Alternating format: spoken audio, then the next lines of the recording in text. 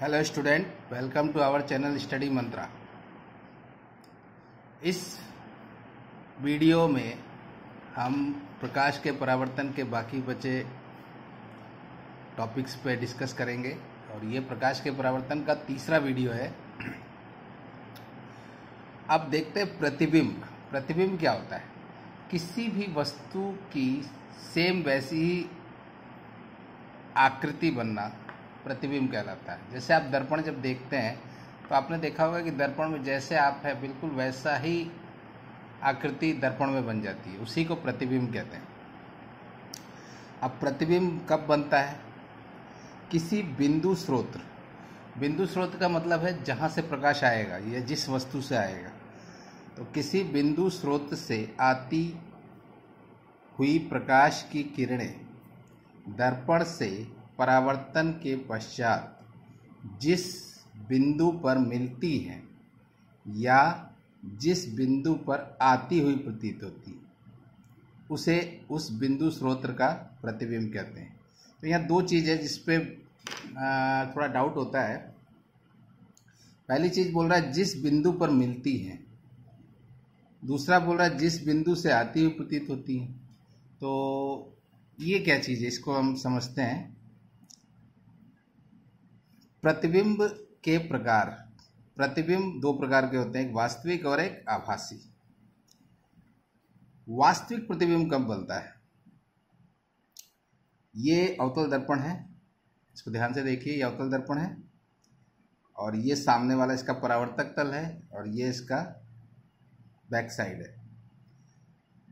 ये F है यानी मुख्य फोकस, ये वक्रता केंद्र C है और ये मुख्य अक्ष है। प्रकाश की किरण ऐसे आ रही है। तीर का निशान इसमें जरूरी होता है क्योंकि अगर तीर का निशान नहीं देंगे तो चित्र गलत हो जाएगा। तो प्रकाश की किरण मुख्य अक्ष के समांतर आई। ये मुख्य अक्ष है, ये दोनों किरण मुख्य अक्ष के समांतर आ रही है, ये वाली भी ये वाली भी। अब यहाँ पे ये बोल रहा है जो मैंने अभी डिस्कस किया कि जिस बिंदु पर मिलती है, तो प्रकाश के परावर्तन यहाँ से हो रहा है इस किरण का, और इस किरण का परावर्तन यहाँ से हो रहा है। तो ये दोनों किरण परावर्तन के पश्चात F से होके जा रही है, यानी ये दोनों किरणें F पे मिल रही हैं।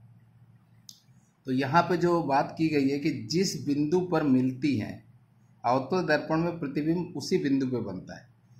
तो ये अवतल दर्पण है तो प्रतिबिंब कहाँ बनेगा? यहीं पे बनेगा, मुख्य फोकस पे, जहाँ पे दोनों किरणें परावर्तन के पश्चात मिल रही हैं, तो प्रतिबिंब यहीं बनेगा।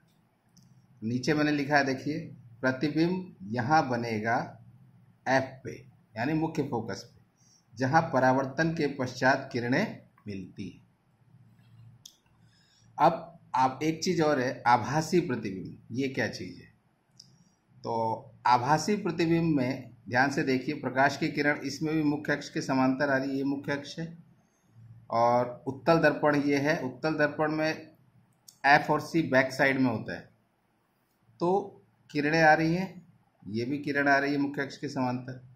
अब ये किरण यहाँ से लौट जा रही है परावर्तन के पश्चात, यहाँ भी लौट रही है, लेकिन यदि इसको पीछे बढ़ाया जाए तो ये F से आती हुई प्रतीत होती है। तो जो यहाँ पे ये वर्ड कहा गया है कि जिस बिंदु से आती हुई प्रतीत होती है, ये वर्ड आभासी के लिए लागू होगा, यानी उत्तल दर्पण के लिए। तो ये किरणें जो है F से आती हुई प्रतीत होती है, यानी परावर्तन के पश्चात लगेगा कि F से आ रही है। तो जो प्रतिबिंब है वो F पे यहाँ पे पीछे बनेगा। तो परावर्तन के पश्चात किरणें जिस बिंदु से आती हुई प्रतीत होती है, प्रतिबिंब वही बनेगा। ये जो किरण है ये F से आती हुई प्रतीत होती है, तो प्रतिबिंब F पे बनेगा। तो मैं आशा करता हूँ कि प्रतिबिंब आपको समझ में आ गया होगा। अब ये देखते हैं कि प्रतिबिंब कितने प्रकार का होता है। प्रतिबिंब दो प्रकार के होते हैं, एक वास्तविक और एक आभासी। तो दोनों में क्या डिफरेंस है? वास्तविक तथा आभासी प्रतिबिंब में अंतर। ये परीक्षा में पूछ भी लेता है कि वास्तविक और आभासी प्रतिबिंब में क्या अंतर होता है। पहले देखते हैं वास्तविक प्रतिबिंब। यह किरणों के वास्तविक कटान से बनता है। वास्तविक कटान का मतलब यहाँ पे देखिए आप, ये वास्तविक कटान यहाँ पे हो रहा है, तो प्रतिबिंब यहाँ पे बन रहा है, यानी यह किरणों के वास्तविक कटान से बनता है, यह किरणों के काल्पनिक कटान से बनता है। इसमें आप देखिए यहाँ पे बन रहा है। काल्पनिक कटान का शब्द क्यों यूज किया गया है? क्योंकि दर्पण के बैक साइड को हम देख नहीं पाएंगे, तो यहाँ पे ये काल्पनिक भाग माना गया है, लेकिन ऐसा माना जाता है कि यहाँ पे किरणें कटेंगी, इसीलिए यहाँ पे काल्पनिक शब्द यूज किया गया है आभासी प्रतिबिंब के लिए। वास्तविक प्रतिबिंब को पर्दे पर प्राप्त किया जा सकता है, आभासी प्रतिबिंब को पर्दे पर प्राप्त नहीं किया जा सकता। अब देखिए, वास्तविक प्रतिबिंब सदैव वस्तु की तुलना में उल्टा बनेगा, यानी वस्तु की तुलना में वो हमेशा उल्टा रहेगा। आभासी प्रतिबिंब सदैव वस्तु की तुलना में सीधा बनता है। वास्तविक प्रतिबिंब सदैव दर्पण के सामने बनेगा, यानी दर्पण के आगे की साइड बनेगा। आभासी प्रतिबिंब सदैव दर्पण के पीछे बनता है। अब देखिए, वास्तविक प्रतिबिंब दर्पण के सामने यहाँ बन रहा है, आभासी प्रतिबिंब दर्पण के पीछे यहाँ बन रहा है। तो प्रतिबिंब क्या है, कितने प्रकार का होता है, उसमें डिफरेंस क्या है, तो ये हमने अभी देखा। अब आपने देखा होगा कि इस प्रकार का चित्र प्रकाश के परावर्तन में आपको मिलता है। कोई किरण आ रही है, कैसे आ रही है, जा रही है, तो ये कैसे होता है? अपने मन से कोई किरण इधर उधर तो भेज नहीं सकते, तो इसका रूल रेगुलेशन होता है। वो रूल रेगुलेशन क्या है, अब हम इसको देखते हैं। तो गोलीय दर्पण से परावर्तन के किरण आरेख, किरण आरेख का मतलब तीर का निशान होना बहुत जरूरी है। ये चित्र ध्यान से देखिए, ये चित्र मैंने बनाया है, लेकिन ये चित्र गलत है। चित्र तो सही है, लेकिन इसमें तीर का निशान नहीं है, इसलिए ये चित्र इनकम्प्लीट है, यानी अपूर्ण है। इस पर नंबर नहीं मिलेगा जब तक हम तीर का निशान ना दें। तो मैं आपके सामने ये तीर का निशान लगाऊंगा इस वीडियो में ही। तो पहला पॉइंट है कि पहली स्थिति क्या होगी, जब आपतित किरण, आपतित किरण का मतलब होता है आने वाली किरण, मुख्य अक्ष के समांतर। तो क्या होगा, ये किरण आ रही है, देखिए ये अवतल दर्पण है और ये किरण आ रही है मुख्य अक्ष के समांतर। ये मुख्य अक्ष है, ये एफ है, ये सी है।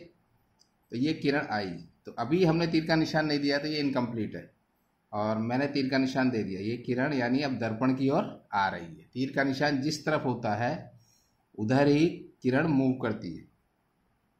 अब यहां से परावर्तन हो रहा है, तो परावर्तन के पश्चात किरण एफ से होके जाती है, यही रूल है। यहाँ पे लिखा है देखिए, अवतल दर्पण में परावर्तन के पश्चात किरण मुख्य फोकस से होकर जाती है।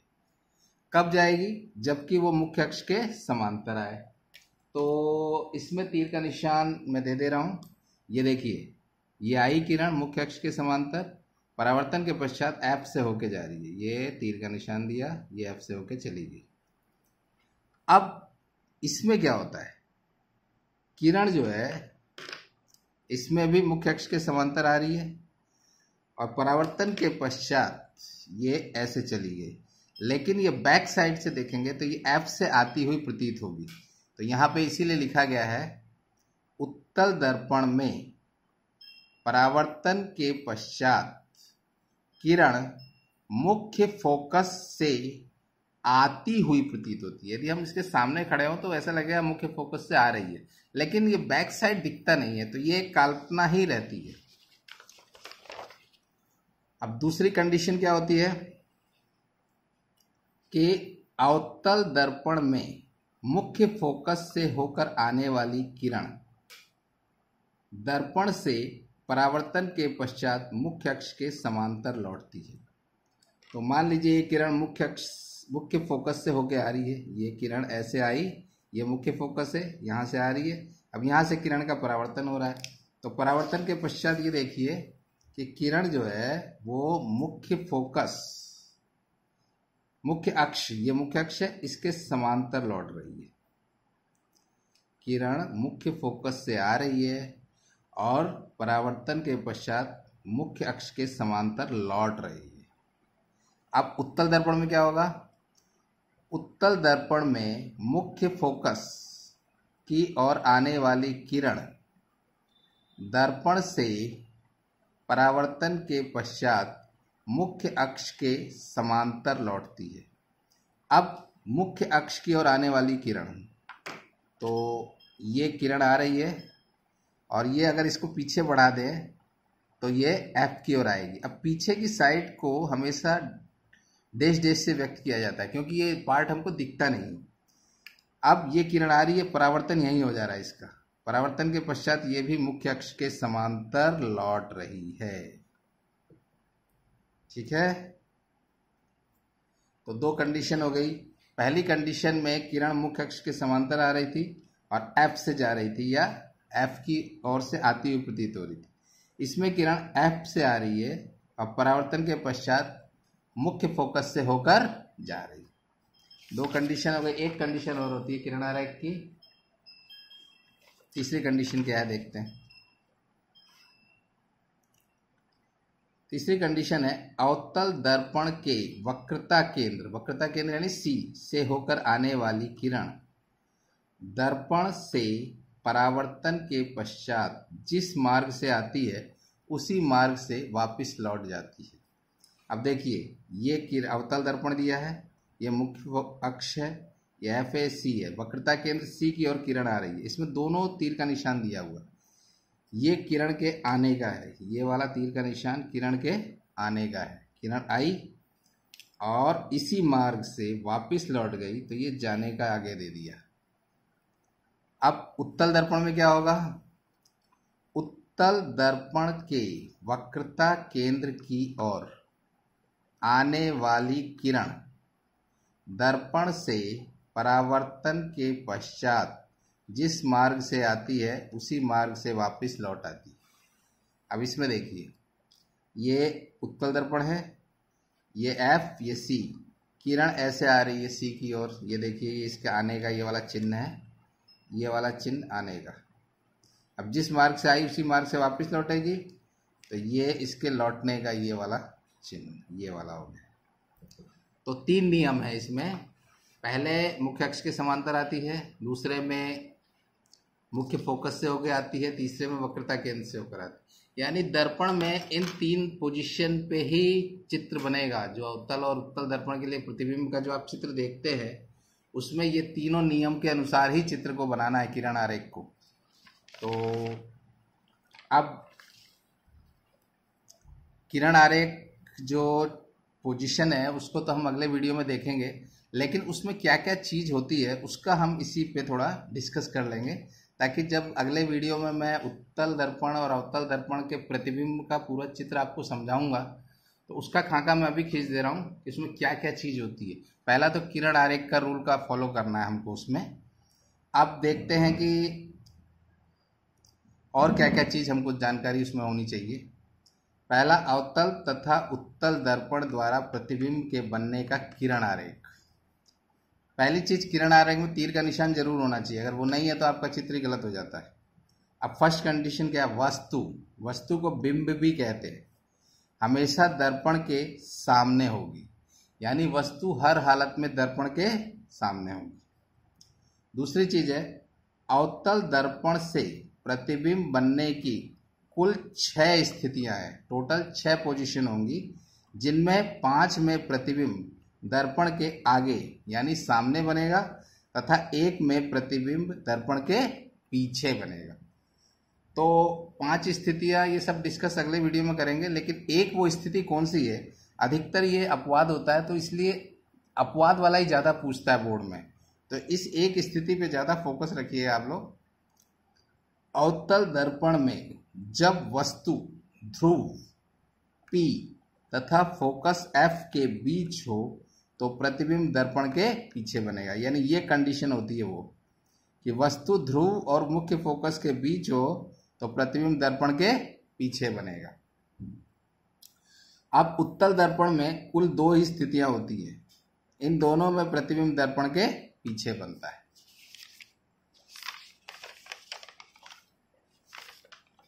अब 5वीं पोजीशन है जो प्रतिबिंब दर्पण के सामने बनेगा वह प्रतिबिंब वास्तविक तथा उल्टा होगा। ये तो हमने उसमें वास्तविक तथा आभासी प्रतिबिंब जब अंतर देख रहे थे तो भी देखा था। जो प्रतिबिंब दर्पण के पीछे बनेगा वह प्रतिबिंब सीधा तथा आभासी होगा। अब क्या क्या पोजीशन आती है, मैंने एक रफली अभी फाइनली चित्र जो डिस्कस करेंगे हम वो अगले वीडियो में करेंगे। उसके लिए मैं पर्टिकुलर एक वीडियो बनाऊंगा, पूरा अगला जो वीडियो होगा पूरा प्रतिबिंब पे ही होगा कि किरण आरेख के अनुसार क्या क्या उसकी पोजीशन होगी।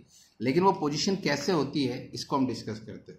इसमें ये आपका अवतल दर्पण है, ये ध्रुव P, ये F मुख्य फोकस और ये C।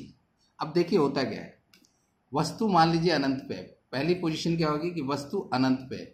अनंत की पोजीशन क्या होती है कि जो बहुत दूर स्थित वस्तु है, जैसे चंद्रमा, चंद्रमा में दिखता है लेकिन हम जब दर्पण के सापेक्ष में लेंगे तो वो अनंत ही माना जाएगा। अब वस्तु से प्रकाश आएगा मुख्य अक्ष के समांतर, तो पहली कंडीशन क्या होती है, अब इसको पूरा डिस्क्राइब तो मैं उसी वीडियो में करूंगा, लेकिन एक आइडिया दे दे रहा हूँ रफली आपको कि जब वस्तु अनंत पे होगी यानी एंड छोर पे, तो प्रतिबिंब सबसे पहले बनेगा मुख्य फोकस पे। अब वस्तु नजदीक आएगी यानी C और अनंत के बीच होगी, तो प्रतिबिंब इस तरफ भागेगा यानी C और F के बीच में प्रतिबिंब आ जाएगा, यहां कहीं आएगा। अब वस्तु जो है वो C पे आ जाएगी, तो पहली दोनों स्थितियों में जो है वो प्रतिबिंब दर्पण से छोटा होगा, वस्तु से छोटा होगा, सॉरी, प्रतिबिंब वस्तु से छोटा होगा। अब वस्तु मान लीजिए C पे आ जाती है, तीसरी कंडीशन, तो इसमें प्रतिबिंब भी C पे ही बनेगा, लेकिन वस्तु और प्रतिबिंब का आकार बराबर हो जाएगा। अब देखिए पहले वस्तु का प्रतिबिंब बिंदु के आकार का था, फिर थोड़ा बड़ा हुआ और C पे बराबर हो गया। अब जो वस्तु है वो C और F के बीच में आती है, यहाँ आ जाती है, तो प्रतिबिंब C के आगे चला जाएगा यहाँ पे और वस्तु से बड़ा होना चालू हो जाएगा। अब वस्तु F पे आएगी, प्रतिबिंब और बड़ा होकर इधर आगे बढ़ जाएगा।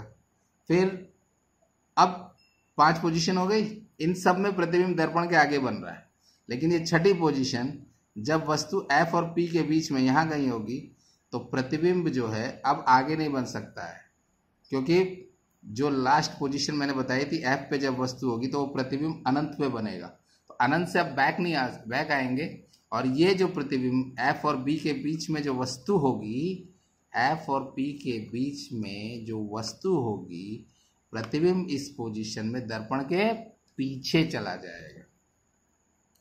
टोटल 6 पोजीशन हो गई और उत्तल दर्पण में केवल 2 ही पोजीशन होती है। पहली पोजीशन ये है कि वस्तु अनंत पे हो तो प्रतिबिंब बनेगा मुख्य फोकस पे। दूसरी पोजीशन ये होगी कि वस्तु अनंत और ध्रुव के बीच में आ जाए तो प्रतिबिंब F और C के बीच में बनेगा। यानी इसमें 2 ही पोजीशन है और दोनों में प्रतिबिंब दर्पण के पीछे बन रहा है। तो मैंने पूरी कोशिश की कि अच्छे से अच्छे आप लोगों को समझा सकूं, और ये वीडियो देखिएगा, इसको लाइक कीजिएगा और इस चैनल को सब्सक्राइब कीजिए, बेल आइकॉन दबाइए और ऑल पे सेलेक्ट कीजिए, ताकि जब भी मैं वीडियो बनाऊं तो ये वीडियो तुरंत आप तक पहुंचे। और इसको अपने दोस्तों के साथ भी शेयर कीजिए, ताकि ये वीडियो बनाने का जो मेरा मकसद है कि जो गरीब बच्चे हैं जो कि कोचिंग नहीं कर पाते हैं, तो कम से कम वो इस वीडियो के सहारे अच्छे से पढ़ाई कर सके, तभी मेरा मकसद पूरा होगा, ताकि अधिक से अधिक लोग इस वीडियो को देखें और अच्छे से समझ के अच्छे नंबर लाएं। तो वीडियो को देखने के लिए धन्यवाद, थैंक यू।